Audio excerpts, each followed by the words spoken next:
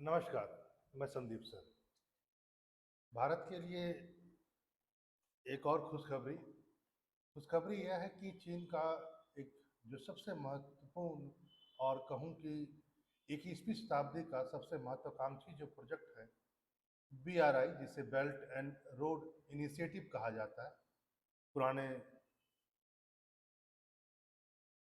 यदि देखा जाए रूपों में तो इसे कई बार सिल्क रूट भी कहा गया, लेकिन बाद में इसे बेल्ट एंड रोड इनिशिएटिव कहा गया। और उसमें एक बहुत ही इम्पोर्टेंट कंट्री, यूरोपियन कंट्री है इटली।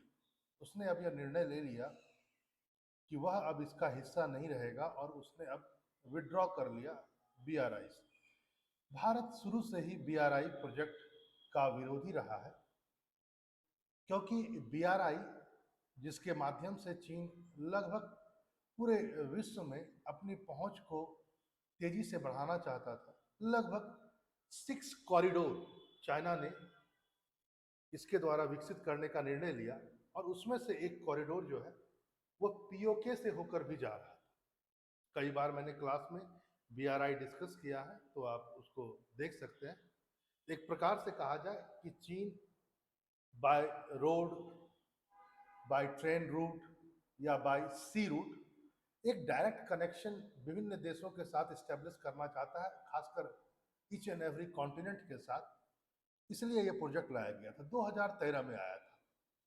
करीब करीब माना जाता है 19 ट्रिलियन डॉलर का यह प्रोजेक्ट है, बहुत बड़ा प्रोजेक्ट। भारत हमेशा से इसका विरोध किया है, क्योंकि जैसे मैंने कहा ये पीओके से भी होकर जाता है। 6 कॉरिडोर में से एक कॉरिडोर, जिसको आप सीपैक कहते हैं, चाइना पाकिस्तान इकोनॉमिक कॉरिडोर। और न्यूज है कि Italy withdraw from belt and road initiative of China, reports ऐसा मिंट लिखता है। यहाँ पर कुछ बातों को और भी आप ध्यान रखेंगे, वो यह है कि इस रिपोर्ट में यह बाकायदा इस बात को कहा गया कि बीआरआई प्रोजेक्ट, जैसे कि जॉर्जिना जो मिलोनी है, उन्होंने पहले ही ऐसे इशारे दे दिए थे कि मैं इसमें अब शामिल नहीं रहूंगा। रिपोर्ट में ऐसा बाकायदा कहा गया कि G20 के मीटिंग में ही, ऐसा जैसा यहाँ पर कहा गया कि जो भारत में G20 मीटिंग हुआ था, उसी मीटिंग में ही लगभग ये सिग्नल दे दिया गया था मेलोनी के द्वारा कि अब वह बेल्ट एंड रोड इनिशिएटिव का भाग नहीं रहना चाहती। ऐसा इंडिकेशन दिया गया था, और अब वह उससे बाहर निकल चुके हैं।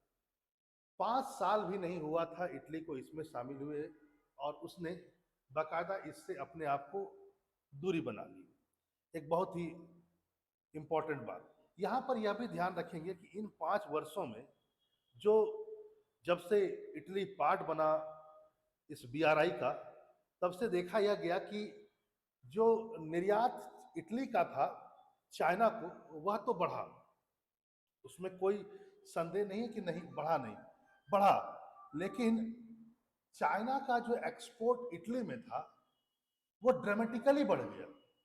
लगभग रिपोर्ट ऐसा कहते हैं कि 13 यूएस बिलियन डॉलर से वह लगभग 55 बिलियन यूएस डॉलर तक पहुंच गया। तो आप समझ सकते हैं कि जितना बड़ा ये गैप है, उतना तो इटली का एक्सपोर्ट भी नहीं है चाइना को। जिस ढंग से कोविड हुआ, और कोविड के बाद आपको पता ही है कि इटली का जो रिस्पांस था टुवार्ड्स कोरोना या कोविड-19, वो ज़बरदस्त था। वहाँ के गवर्नमेंट बहुत चिंतित हुई, और इटली का बहुत बड़ा रेवेन्यू सोर्स है टूरिज्म, वो बैडली अफेक्टेड हुआ। तो कोविड आपको पता ही है, कहीं ना कहीं बैकडोर में चाइना का नाम तो आता ही है। तो इस कारण से भी इसको माना जाता है कि इटली का इससे विड्रॉ हुआ, क्योंकि जो इटली सिंपैथी है चाइना के प्रति टुवार्ड्स इटली या यूरोपियन कंट्रीज में भी वो बहुत कमा है इन दिनों। और इसी कड़ी में हम इसको देख सकते हैं आगे। यहाँ पर कुछ बातों को और भी आप ध्यान में रखेंगे, वो यह है कि जैसा कि मैंने आपसे कहा कि 5 साल भी नहीं हुए और इटली बाहर हो गया। तो देखा जाए तो आप इसमें देख सकते हैं कि कुछ मेंबर हैं जो बेसिकली ईयू के, यानी यूरोपियन यूनियन के जो मेंबर हैं, जो चाइना के बीआरआई में शामिल है। तो आप उसका नाम आप देख सकते हैं यहाँ पर, ये बेल्ट एंड रोड इनिशिएटिव के तहत में लिया गया है। जैसे ऑस्ट्रिया है, बुल्गारिया है ना, क्रोएशिया है, साइप्रस है, चेक रिपब्लिक है, एस्टोनिया है, ग्रीस है, हंगरी है, और यहाँ नीचे आपको इटली भी दिख रहा है। और भी बहुत सारे देश हैं, आप देख सकते हैं इसको, जैसे Latvia, Lithuania, Luxembourg, Malta, Poland, Portugal, Romania, Slovakia, Slovenia, ये सब भी है।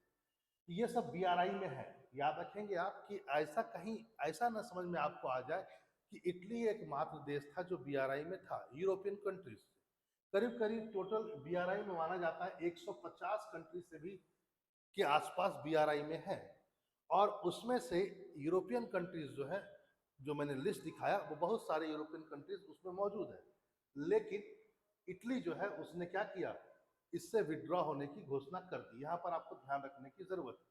यहाँ पर एक बात यह भी ध्यान रखेंगे, यदि आपको पीटी या कोई अदर एग्जामिनेशन में आपसे पूछा जाए कि यूरोपियन कंट्रीज में कौन ऐसा है या यूरोपियन यूनियन का ऐसा कौन मेंबर है जो बीआरआई का मेंबर नहीं है, तो बेल्जियम, डेनमार्क, फिनलैंड, ध्यान रखेंगे, France, Germany, Ireland, Netherland, Spain, Sweden, एकदम इस बात को ध्यान रखेंगे, they are not the member of BRI. इसको एकदम आप इस बात को जान लें कि ये सब यूरोपियन यूनियन के मेंबर होने के बावजूद भी Belgium, Denmark, Finland, France, Germany, Ireland, Netherland, Spain and Sweden ये बीआरआई के मेंबर नहीं थे। बाकी जो मैंने आपसे कहा वो बीआरआई के मेंबर हैं। यहाँ पर यह भी ध्यान रखेंगे कि जो G7 संगठन है, जिसमें विश्व की 7 सबसे ताकतवर अर्थव्यवस्थाएं मौजूद हैं और अमेरिका लेड ये ऑर्गेनाइजेशन है, इसमें से इटली एकमात्र देश था जो बीआरआई का मेंबर बन गया था, और वह भी अब इससे विड्रॉ कर लिया। तो एक महत्वपूर्ण घटनाक्रम वाजिब है, भारत के लिए खुशी का न्यूज़ है। और फिर मिलते हैं अपने एक नए टॉपिक के साथ। नमस्कार।